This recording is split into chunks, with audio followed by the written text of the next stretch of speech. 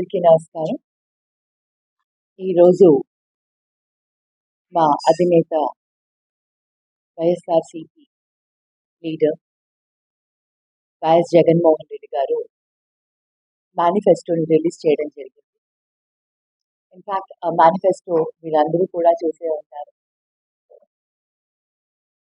ఏవైతే సాధ్యమవుతాయో, ఏదైతే మేము చేయగలుగుతామో వాటినే చాలా చక్కగా వివరించడం జరిగింది. ఎక్కడా కూడా సాధ్యం కానిది, అమలు కానిది మేము చెప్పలేదు. జగన్ అన్న చాలా క్లియర్గా చెప్పారు. ఇది చాలా అట్రాక్టివ్ మేనిఫెస్టో, కానీ అబద్ధాలు లేకుండా ఎవరిని మోసం చేయని ఒక క్లియర్ మేనిఫెస్టో అని. ఈరోజు మేనిఫెస్టోలో చేయూతని పెంచడం జరిగింది, నేతన్న నేస్తం డబల్ చేయడం జరిగింది, కాపు నేస్తం పెంచడం జరిగింది, అమ్మఒడి 15,000 నుంచి 17,000కి పెంచడం జరిగింది. మరి పెన్షన్స్ 3,000 నుంచి 3,500, అంటే చాలా క్లియర్గా చెప్పారు జగనన్న. ఆ 5,000 కూడా ఆ 500 కూడా విడతల వారీగా 2 సార్లు 2028లో ఒకసారి, 29లో ఇంకొకసారి. ఈ విధంగా ఎప్పుడు పెంచుతాం, ఎలా పెంచుతాం కూడా ఖచ్చితంగా డేట్స్, అంటే మంత్స్తో సహా, ఇయర్తో సహా చెప్పడం జరిగింది. ఈ విధంగా ఇప్పుడు దాకా గత 5 ఏళ్లలో ఆయన ఇచ్చిన ఏదైతే హామీలు ఉన్నాయో ఆ హామీలన్నీ కూడా 99% మేము హామీలన్నీ కూడా నెరవేర్చడం జరిగింది. ఇప్పుడు కూడా ఏదైతే మేము అమలు పరచడానికి సాధ్యమయ్యే ఉన్నాయో వాటినే పెంచడం జరిగింది. వైఎస్ఆర్ ఈబీసీ నేస్తము, తర్వాత వైఎస్ఆర్ కళ్యాణ మస్తు అండ్ షాదీ తోఫా మటుకు అజిటీస్ కంటిన్యూ చేస్తామని చెప్పడం జరిగింది. ఇలా 0 వడ్డీ ఆసరా ఇది కూడా కొంచెం పెంచడం జరిగింది, 3 లక్షలకి చేయడం జరిగింది.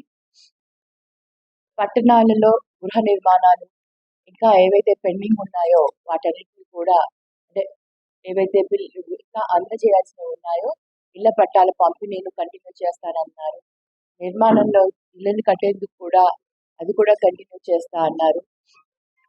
అలాగే ఇంకా మత్స్యకారులకు కానివ్వండి, ఆటోలు, టాక్సీలు వీటన్నిటికీ కూడా ఆయన పెంచడం జరిగింది.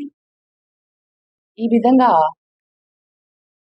ప్రామిస్ చేయడం జరిగింది. ఇంకొకటి, ఏవైతే మేము జలయజ్ఞం కానివ్వండి, ఇంకా పోలవరం ప్రాజెక్ట్ కానివ్వండి, తర్వాత పోలవరం ప్రాజెక్ట్ ఈసారి కంప్లీట్ చేయడం జరుగుతుంది. అంతేకాకుండా ఏదైతే జలయజ్ఞం కింద ప్రాజెక్ట్స్ అన్ని కూడా కంప్లీట్ చేసి స్కిల్ డెవలప్మెంట్ కింద ఉద్యోగ అవకాశాలు కానివ్వండి, పరిశ్రమలు కానివ్వండి, వీటన్నిటినీ కూడా మౌలిక సదుపాయాలు కానివ్వండి, రోడ్స్, రిపేర్స్, ట్రైన్స్, వీటన్నిటినీ కూడా కంప్లీట్ చేయడము, వీటన్నిటినీ కూడా మేము తీసుకునే ప్రాజెక్ట్స్ ఇవన్నీ కూడా కంప్లీట్ చేయడం, ఇవన్నీ కూడా చెప్పడం జరిగింది.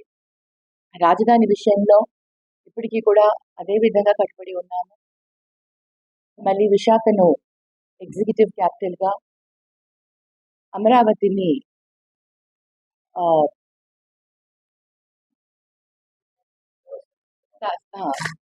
అసెంబ్లీ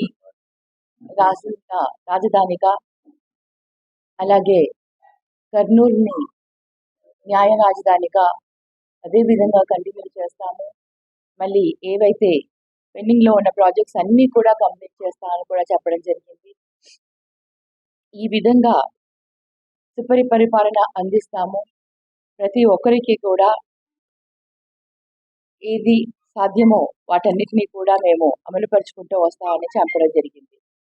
అర్హులైన అందరికీ కూడా అదే ఇల్లు కట్టించడం కానీ, పెన్షన్స్ కానివ్వండి, వీటన్నిటిని కానివ్వండి, 9 ఏవైతే నవరత్నాలు ఉన్నాయో వాటన్నిటిని మళ్ళీ కొంచెం పెంచుతూ, వాటన్నిటిని కొంచెం సవరిస్తూ, మరి ఆరోగ్యశ్రీలో కూడా విస్తరణ చేస్తూ, అంటే ఇంకా ఎక్కువగా వాటిని యాడ్ చేస్తూ దాంట్లోకి ఏవైతే ఉన్నాయో వాటన్నిటిని కూడా కలుపుకుంటూ వెళ్ళడం జరుగుతుందని చెప్పడం జరిగింది. సో ఈ విధంగా మేనిఫెస్టోని ఒక ఆలోచించి చెయ్యగలిగినవన్నీ కూడా చేస్తామని ఇవాళ ప్రజల్లోకి తీసుకుని రావడం. ఈరోజు ప్రజలు ఏదైతే మేము చేసే ఇన్ని రోజులు గత 5 సంవత్సరాలు మేము రిలీజ్ చేసినట్లు 2019లో ఉన్న మేనిఫెస్టోని ఒక పవిత్రమైన గ్రంథంలాగా, అంటే ఒక గీత, ఖురాన్ అండ్ బైబిల్ లాగా ఎలా అయితే మేము దాన్ని పాటించామో, అన్నీ కూడా అమలు పరిచామో, అదే విధంగా 24లో కూడా రిలీజ్ చేస్తున్న ఇప్పుడు మేనిఫెస్టోని కూడా అదే విధంగా ముందుకు కొనసాగిస్తాం. అదే విధంగా మేము అంతే నమ్మకంగా తీసుకెళ్తామని ప్రజల్లో ఆ నమ్మకం ఉంది. తెలుగుదేశం పార్టీ ఏదైతే హామీలు ఇచ్చారో ఈ సూపర్ 6 అని, ఇంకా మిగతా ఏవైతే అంటున్నారో వాటిపైన ప్రజలకి నమ్మకం లేదు. ఎందుకంటే 2014లో చాలా హామీలు ఇచ్చారు. ఆ హామీలు ఏవి కూడా అప్పుడు అమలు చేయలేకపోయారు, అమలు చేయలేదు కూడా. మరి అటువంటి పరిస్థితుల్లో ప్రజలు వారి హామీని నమ్మే. నమస్తే అండి. ఇది వ్యాపారం గురించి కాదు, ఓటు గురించి. ఎన్నికల్లో ఓటు వేయడం మన హక్కు మాత్రమే కాదు, కర్తవ్యం. ఎంతో మంది మహా నేతలు శ్రమించి ప్రాణత్యాగం చేసి ఈ అవకాశాన్ని మనకిప్పించారు. అందరూ ఓటు వేద్దాం. ఎందుకంటే ఓటు హక్కు ఊరికే రాదు. నా ఓటు ఎవరికో తెలుసా? అది సీక్రెట్ అండి.